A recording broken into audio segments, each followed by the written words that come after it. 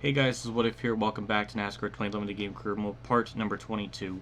This is the penultimate race of this series, as we're going to Texas and Phoenix. And the spring race at Texas, we won, as well as Phoenix. So I feel like that should be another dominating part, but I don't know by how much or how disgusting.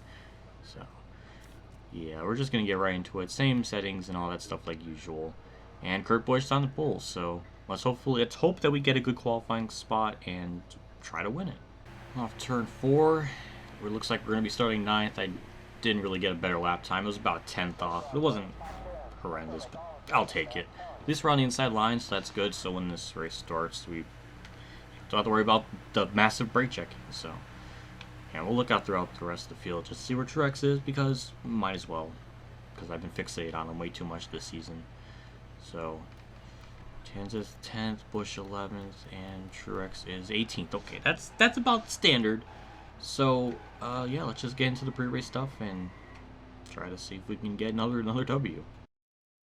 PRN ready to bring you all the action from Texas Motor Speedway, a.k.a. the Great American Speedway, as we're ready to cover the 500 miles of the AAA Texas 500. They do everything big here. The biggest crowd, the biggest facility, and some of the biggest names in NASCAR racing have been to Victory Lane. Here at Texas, guys like Jeff Gordon, Tony Stewart, Carl Edwards, Jeff Burton, and Elliott Sadler. And now it's time to go big-time racing as we drop the green flag here at Texas Motor Speedway. Well, here we go. We'll see what happens here.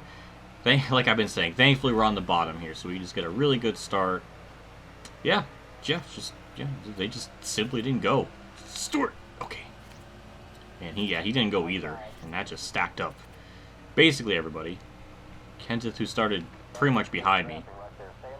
Oh, he was going to be behind me, and he stopped, but yeah, and just like that, Kurt Busch already has a pretty, gargantuan lead. But thankfully, the field is spread out. We don't have to really worry about too much cars around us. We pretty much just ran down Jimmy Johnson, right away. Got the fastest lap already. Kurt's only a second back, so that's good. That's why track position is so important in qualifying, because, yeah, in just that one lap, Kurt already put a second over Jimmy. So, yeah, and we're already closing that gap in pretty substantially. And it's only going to be a matter of time until we, run them down. So I guess I'll just keep talking, because gotta pad out that run time. So, yeah, already within one lap, we cut it almost in half.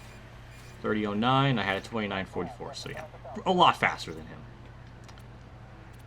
So, yeah, Texas is a little weird, because in 1 and 2, it feels like the entry is kind of flat, but then 3 and 4 isn't. It's almost like as if Eugenics predicted the Texas reconfiguration in 2010 when this game came out. At least it feels like it. It's weird.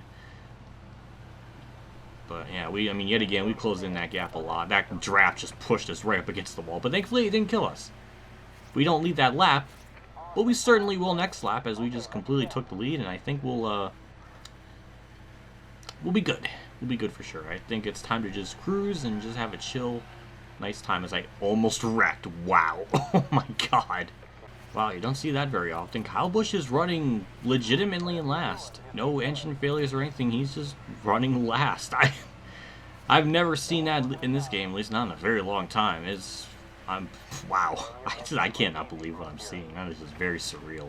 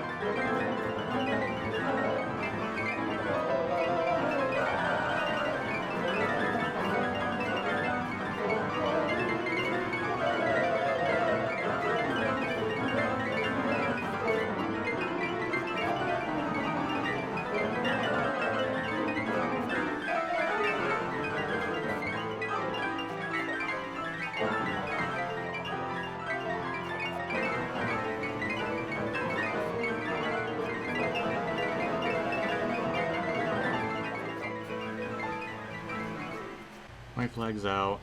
It's just one of those races where just absolutely just destroyed the field. Only 8 cars on lead lap, gonna be 7 now. And 1 car is holding up a bunch of other ones, so yeah, it's quite sickening. Again, that's why I wasn't talking. There's just not a whole lot to really go into except for my ego's sake and pride of how many cars I could put a lap down before the end of the race.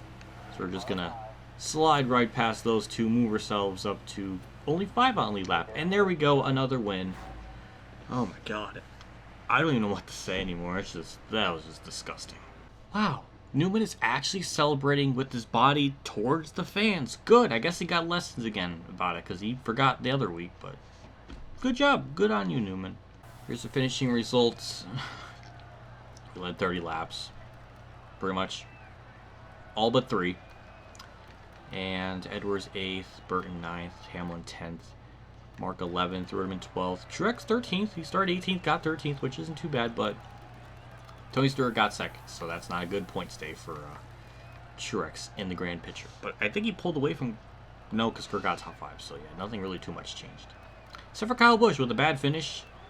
He drops 6 spots. Damn. Casey Kane still in 10th. Kurt now takes over 11th as Truex is in now in 12th and last.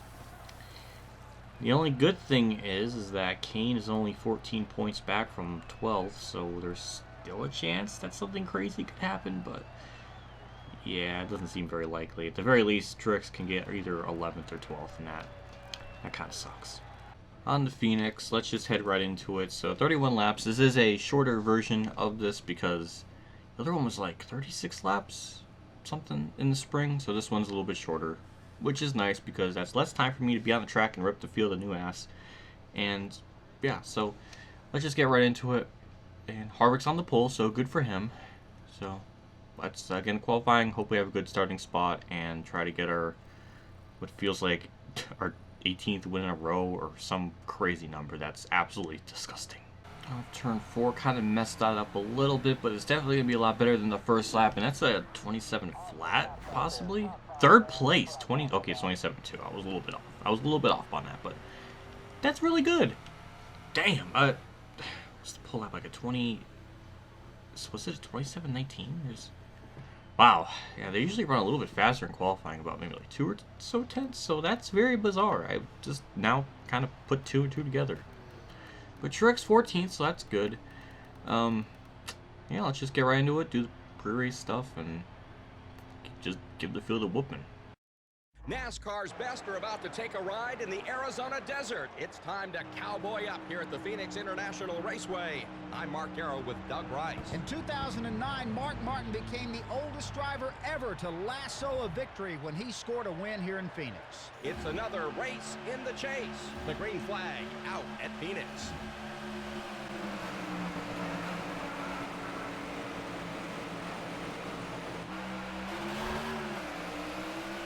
Here we go, green flag's out, and already they went single file in front of me. Let's take it easy in turn 1, try not to hit that weird transition, or hit Jimmy. That would be a lot. That would be nice to not actually hit him. But you gotta be careful, especially in that little dog leg there, because if you go off the track or go below that little line, it could mess up the suspension, and you don't want that to happen. I kind of botched turn 1, to be honest. But Harvick will lead the first lap, so good for him. And we'll reel him in. I know we will. And yeah, there we go. So yeah, the dog leg here has that little dip here, and if you really smash that, it's gonna mess up the suspension. So you gotta be careful on that. But we already caught up to Harvick. We're gonna try to maybe pass him on the outside. He goes a little bit slow there. I went way too wide in that corner, and he actually just stopped. He just, yeah, okay. Well, we'll lead the second lap, and we'll just pull away. My God, it's man, I don't know what Utenix thought when they made this, but I guess they thought people that played these games were people with no arms, because this is how easy it is.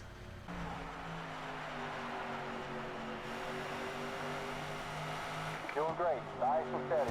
Second place is way back. Oh my God, chat, what is that? Comment section. Look at that. I hit the wall. I made a human error. Now the right side is a little bit of scrape damage. So, yeah, it's something to report.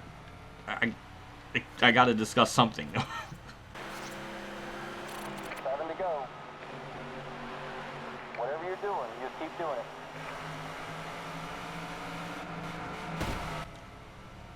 Ooh. I am not in my top tier peak greatness apparently, because that's 2 wall hits, and there's no excuse for it. I'm mad. My joy is now ruined. My flag's out, and yep, it's just one of those races where we just kind of crush the field. Took us a while to catch lap traffic though, so that's, you know, rather interesting. But yeah, it's not a whole lot to talk about. And yeah, now that I feel like as I've been playing this game, I've gotten better at it, which means the domination station is just getting more and more disgusting. And it might be a 10-second lead, which is good for my ego pride, because that's like the standard. So I think I got that, which is good. But we got damage on the car though, so all that just doesn't matter anymore. Once again, Newman celebrates with his back towards the fans, and I don't understand. It's like he's getting worse. One week he does it, and then next week he just goes back to being a stupid dumbass. I don't know. But yeah, you keep celebrating towards the back of the fans, you jerk. Look at the finishing results. It doesn't look like the top 8 changed much at all. We did get the fastest lap, and we led all but 1 lap. Mark Martin, who started 6th, got 5th. So damn.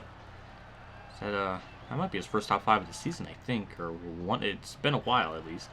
So McMurray 8th, Truex 10th, nice. But Tony got 13th, so Truex didn't gain that much points, and that kind of breaks my heart. But he did finish really far in front of Kurt Busch. Am I right? Yeah, he did. So that's gonna be good points. Yeah, I mean, you know, about 8 points, but you know, I'll take it. But yeah, we'll check out the points here. I don't know. I don't think Truex can make it in the top 10. That's the heartbreaking part. But Jimmy found himself back in chilling in second. And Gordon's now in 4th. So Jimmy finally is up there, which is good. Montoya down to 6th. Kyle Busch 8th after that one bad week where he lost 6 spots. And Stewart's 9th. Kane 10th. Truex moved up. And he's only 9 points back from Kane. So it is doable. But I don't know if he will catch him. And Kurt Busch is 244. So Kurt and Truex are pretty much duking it out for 11th. Maybe Kane can have a bad race and then Truex can get 10th. But Kurt Busch is right there. So it's going to be a epic duel for 10th. As Stewart is pretty much like 15 points ahead, and Kyle Busch is like another 30. So yeah, it doesn't. They're 15, 20, 25. Yeah. That's it. That's it for me. Next part will be the finale for Homestead, and it's going to be kind of bittersweet to end this series, but at the same time, this game pretty much provided no challenge, hardly ever, except for the restrictor plate tracks and maybe California. I think that was it. Other than that, I mean, we pretty much just crushed the field from either a lot or by a good amount. So yeah, thankfully Inside Line is a lot harder for different reasons, but they definitely did amp it up in that one, so that'll be fun to do that when we get to it. But we gotta finish this off, so let's give a shout out to the epic Patreon supporters. Thank you to my tier 3 Patreon supporters: Derek Reynolds, Weather Bros, KamikazeGames, Ronnie Lazzarine, Dave 500champ15, Racing News Now, Alan Gray, Matthew Murray, MotorsportsGames, and Jeff Gordon for donation again. Can't thank you guys enough for your support and contribution to the channel every month. Like this, it does me a lot, and I don't know what more to say at this point. I just cannot thank you guys enough. You're too cool. I'll see you all next part. I'll see you all later for the finale. And as always, have a good day, everyone.